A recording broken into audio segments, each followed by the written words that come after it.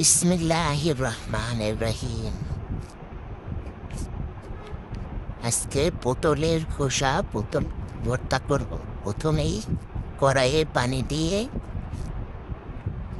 তার ভিতরে পটলের খোসাগুলো লবণ দিয়ে সিদ্ধ করে নেব। তাই বিসমিল্লাহ বলে শুরু করলাম। বিসমিল্লাহ বরকত আসে কাজে।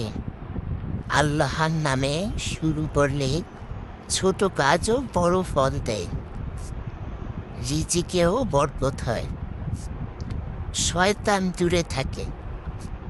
খাওয়া কাজ ঘরে ঢোকার সময় বিসমিল্লাহ বললে শয়তান ভাগ বসাতে পারে না, মনে শান্তি আসে। আল্লাহর নাম নিলে কাজের ভয় টেনশন কমে, মন নরম হয়। তাই রান্না খাওয়া লেখা সব কিছুর আগে বিসমিল্লাহ।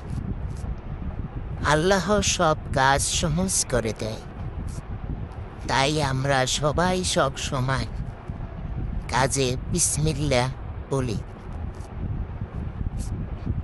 চিংড়ি মাছ কয় এক ফোঁটা রসুন ভেজে সেদ্ধ করা পটলের খোসাগুলো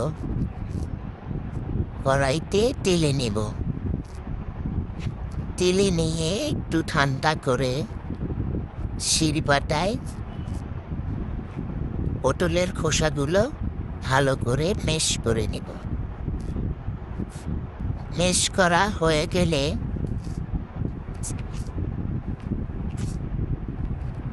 পেঁয়াজ রসুন আর শুকনো ডালা মরিচ সাথে পেটে ম্যাশ করা পটলের খোসাগুলোর সাথে